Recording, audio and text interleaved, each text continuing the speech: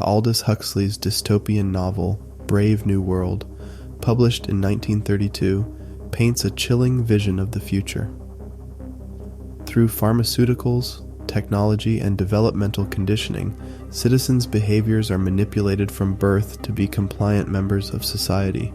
At first glance, Huxley's world seems alien to our own, but looking closer, advancements in science and technology have fundamentally transformed the way we live, communicate, and even think in the 21st century.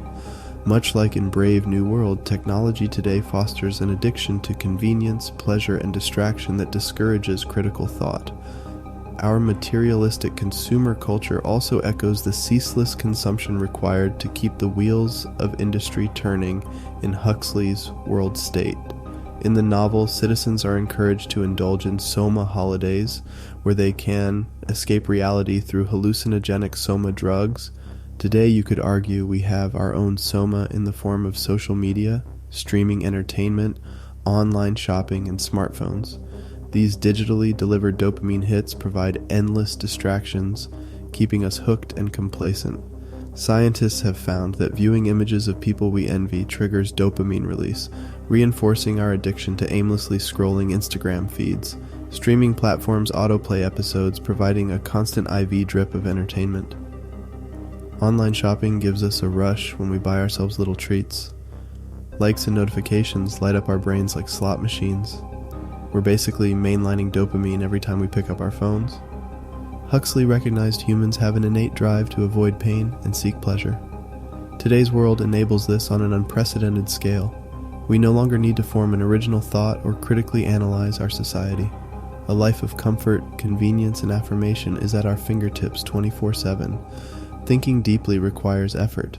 It's much easier to numb the mind with entertainment. In Brave New World, different fetal conditioning is used to create different classes of citizens needed to keep society functioning smoothly. From the intelligent alphas at the top to the repetitive manual laborer, epsilons at the bottom, people's roles are predetermined before birth. Although not genetically engineered, our upbringing shapes what we view as possible careers and life paths. Your expectations are profoundly influenced by your parents' jobs, media representations, and social pressures growing up. Our patterns of consumption are also conditioned from a young age through pervasive advertising and social pressures. Children in Brave New World are indoctrinated through hypnopedia sleep, learning to repeat platitudes like, "Ending is better than mending," and "I do love having new clothes." This primes them to embrace disposability and waste. Today's youth are surrounded by ads telling them happiness comes from buying the newest phone or fashion. Fast fashion trends teach them to throw away perfectly good clothes to make room for the season's style. Newer is better has become a guiding mantra. In Huxley's novel, different castes are prescribed exact leisure activities, whether it's adrenaline sports for alphas or hallucinogens for epsilons. Today's entertainment options feel eerily pre-assigned to different demographic groups. There are prescribed activities, films, music, and hobbies for every age range and class. Brands narrowly target identities with surgical precision. We feel comfort in the familiar. Everyone tacitly knows their place in the machine of society. Deviating from the norm risks social alienation. Disobedience is strongly discouraged. Both Brave New World and modern society also discourage spending time alone with one's thoughts. If left to their own devices, citizens start questioning the power structures and assumptions underpinning society. Being alone is seen as antisocial. In Huxley's book, one character observes, "One of the principal functions of a friend is to suffer in your stead." Today, we unburden anxieties and existential thoughts through social media instead of solitary reflection. We never stop to ask deeper questions about the design of society and if it's aligned with human well-being. And today, conformity comes not through force, but the desire to fit in and be accepted. As fundamentally social creatures, we want to belong to the group, so we reflexively assume the habits, speech patterns, and viewpoints of those around us. The innate human yearning to belong is constantly exploited by consumer culture.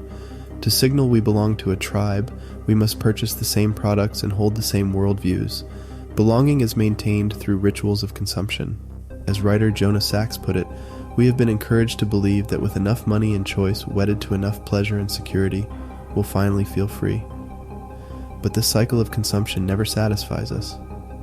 It leaves us restless and ready for the next dopamine hit. We have become a society of pleasure seekers, not truth seekers, and again, this pleasure paradoxically leaves us unhappy and searching for more. Dopamine is fleeting and always leaves us craving the next hit. Huxley feared that the desire to escape reality would become our undoing. Today's world enables escapism and instant gratification like never before. We can tune out from the world's problems with a few taps on a glass screen. Civil discourse has been replaced by social media echo chambers. Our decision-making is increasingly influenced by emotional appeals instead of facts. Information that causes cognitive dissonance is filtered out or avoided. The algorithms underlying platforms like Facebook and YouTube ensure we live in a comfortable bubble of affirming misinformation that matches our biases. There's no need for rational analysis when a headline confirms what we already believe. The current epidemic of depression and anxiety, especially among young people, suggests something is terribly wrong with how we live and communicate. We are further than ever from understanding our own minds and what constitutes a healthy human existence. Without a resilient philosophical framework, we fluctuate between empty hedonism and existential despair. The soma of constant distraction and validation subdues any deeper stirrings of unease, but it's still there if we sit with ourselves long enough. We are free on paper, but enslaved by the need for comfort, convenience, and certainty. It's easier to let someone else tell us what to think and who to be. The well-worn path of least resistance is to keep our heads down and not make waves. But the human spirit yearns to be free, so where do we go from here? For one, we cannot underestimate the supreme importance of independent critical thinking and self-reflection. Questioning the accepted wisdom and unexamined assumptions society pushes on us. Reading philosophy deeply, analyzing cultural narratives, strengthening community ties offline. Activities that ground us, remind us why we're really here, and reignite the spark of human creativity.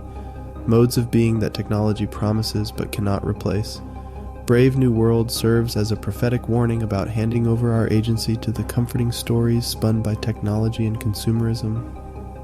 We stand at the same crossroads now. Will we question where we're headed or click accept and carry on? The choice is ours, but perhaps we're asking the wrong questions.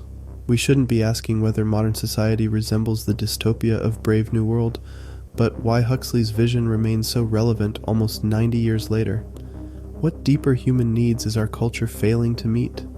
Clearly, our affinity for distraction and escapism speaks to some collective spiritual void, some unsatisfied longing for purpose, connection, adventure.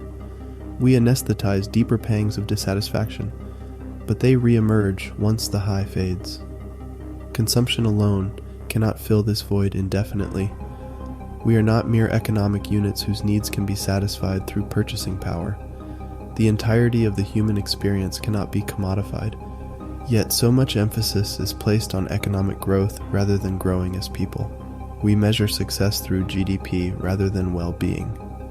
Progress is equated with more advanced technology for technology's sake, rather than asking how it improves people's lives. Huxley feared humans would become a means to an end, rather than an end in itself. Too often, today's systems seem to view people as obedient inputs and outputs within an industrial machine optimized for maximum productivity. But what is the point of material progress if we feel listless and spiritually adrift? Clearly, a philosophy centered wholly around consumption, convenience, and productivity is existentially bankrupt. There is more to this life than accumulation of goods and status.